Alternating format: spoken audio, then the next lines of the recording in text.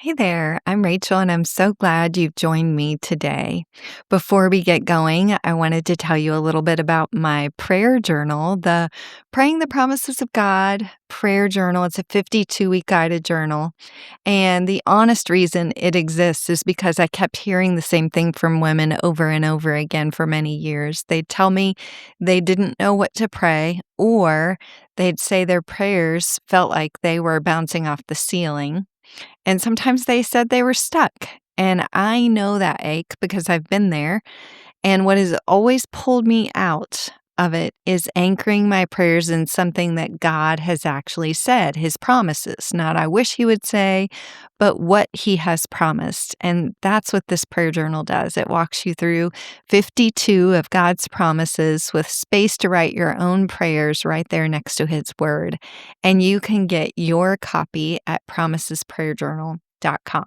I'll leave the link in the show notes. Thanks for listening. Now let's get into this week's segment of questions in hard spaces. Today's question is one I don't think gets asked out loud very often.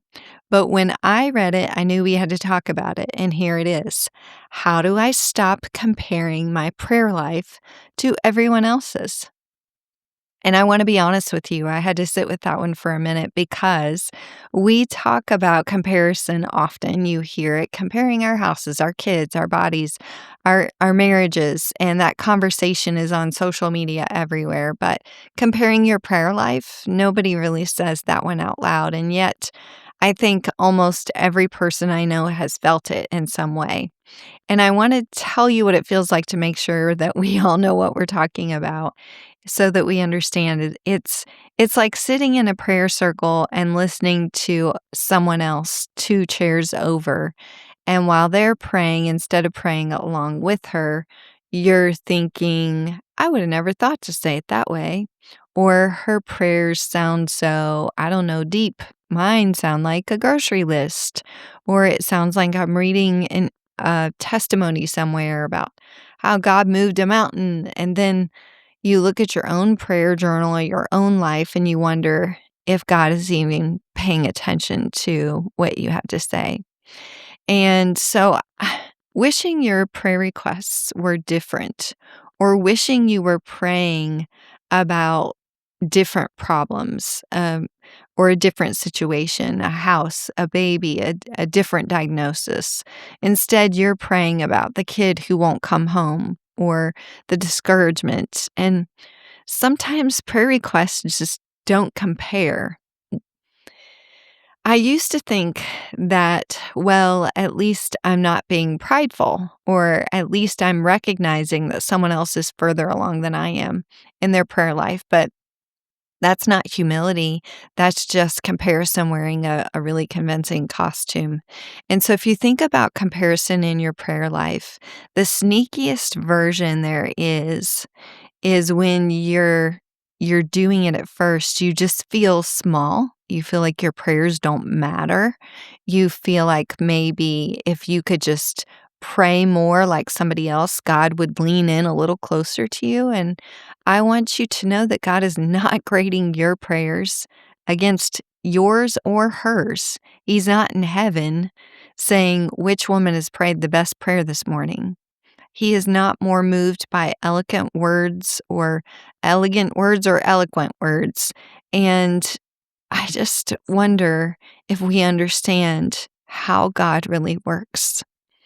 We know who he is. We know it in our heads. The trouble is moving that knowledge from our heads to our hearts. And so, what do we actually do? When I look at this story that Jesus told, I'm going to share an answer prayer story also from a woman that many of you will recognize, but listen in to the prayer principles. Thanks for listening to this segment of Questions in Hard Spaces. We'll be right back after this word from our sponsors.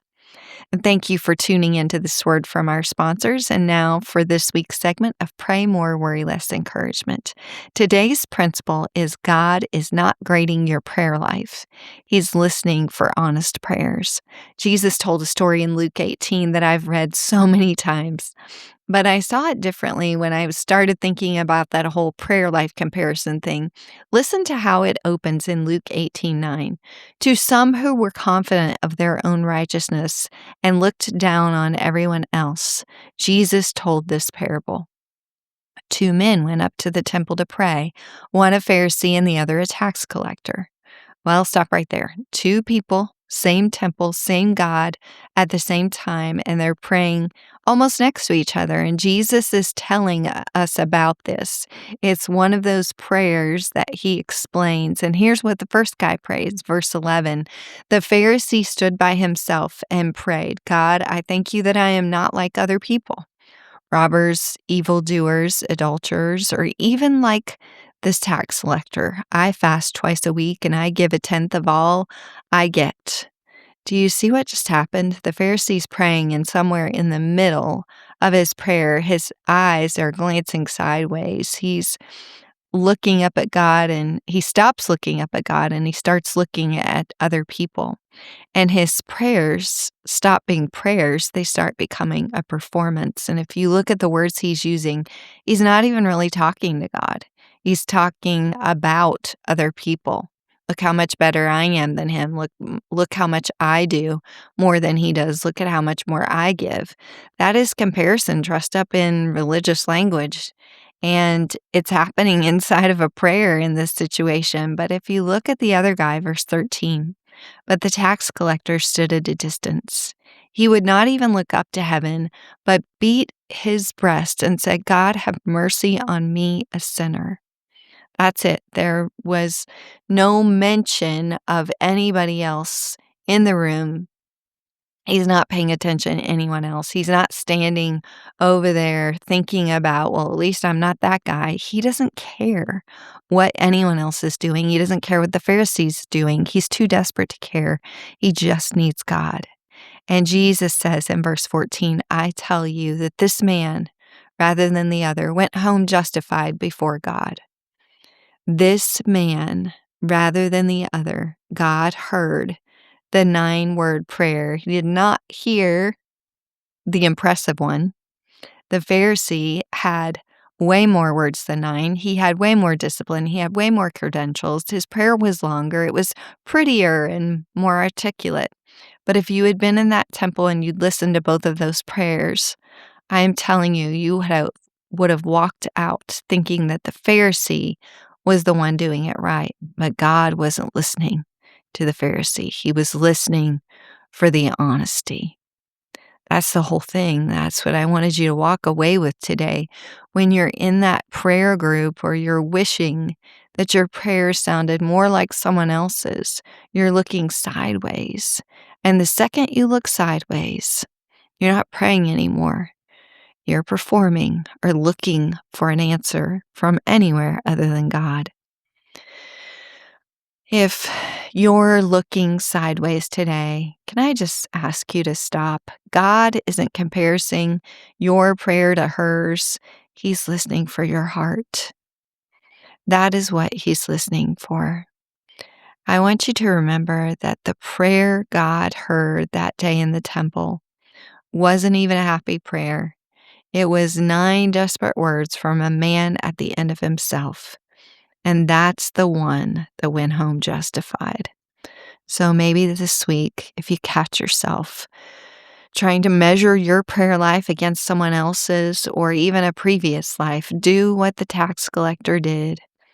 Don't look up if you can't. Don't look sideways. Just pray the honest words. It doesn't need to be pretty or long, but God is not grading your prayers. He's listening for them. In this week's Answer Prayer story, I wanted to share with you a story from 1944 to a prison in the Netherlands and to a woman that most of you would recognize her name, Corrie. If you've never read The Hiding Place, put it on your list. Corrie and her family had been hiding Jews in their home during the Nazi occupation, and somebody turned them in. The Gestapo raided their home at the end of February 1944, and Corrie and her sister Betsy and their father were all arrested. Her father died in prison 10 days later. He was 84. Corrie was eventually put in solitary confinement, and the cell was 5 by 2. There were no windows, no people, no conversation.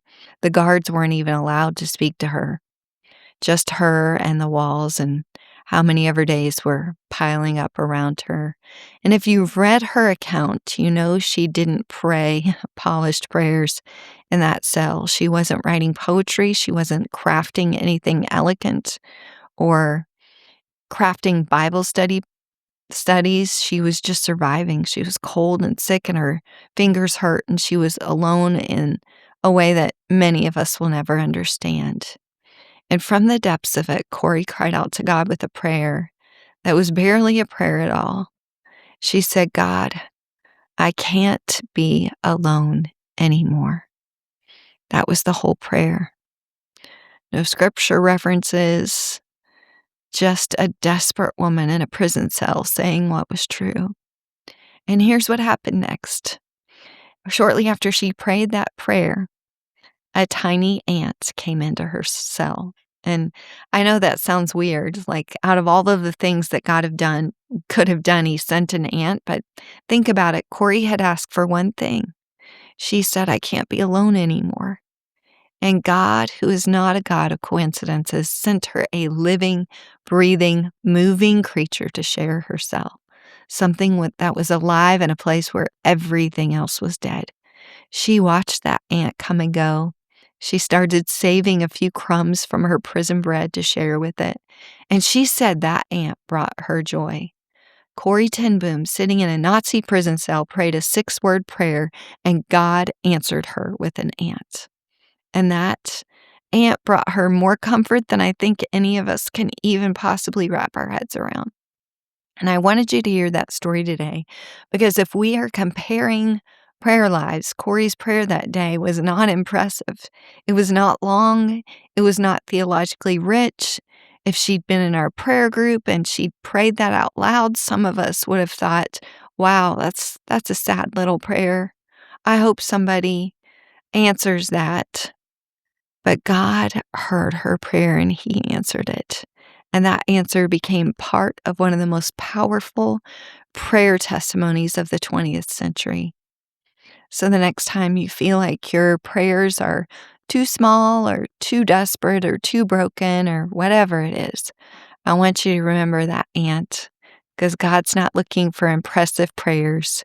He's looking for beautiful people who have a heart that they want to turn towards him. If something in today's episode hit you, can I encourage you with one thing? Just stop trying to pray like someone else and start praying like you. If you need a little help anchoring those honest prayers in something solid, grab onto the Praying the Promises of God prayer journal. It is 52 weeks of God's promises, space for your real prayers, not the perfect ones or the impressive ones, but just the simple ones, the kind that God wants to hear. You can order yours at promisesprayerjournal.com. The link is in the show notes. And thank you so much for joining me on the Untangling Prayer Podcast. I pray today's episode has encouraged your heart. Until next time, remember, God sees you, he hears you, and he knows your needs. Thanks for joining me on the Untangling Prayer Podcast. If this episode resonated with you, share it with someone who could use a little hope, and be sure to subscribe for more.